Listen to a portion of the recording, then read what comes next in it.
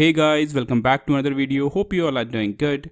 So in today's video, we are going to see how to make desktop shortcuts on Windows 11. So let's start the video. First, click on this Windows icon. After that, click on this All option. So these are the applications I have in my system. So if you want to make any desktop shortcut, first select the application, select the app, then drag it and drop it on the desktop like this. Go to All, then drag it any app and drop it on the desktop. So this is how you can make desktop shortcuts, and you can also add these shortcut on your taskbar. Just drag it and drop it on the taskbar like this. You can also create your drive shortcut as well. I will show you how to do it. So this is a drive I have.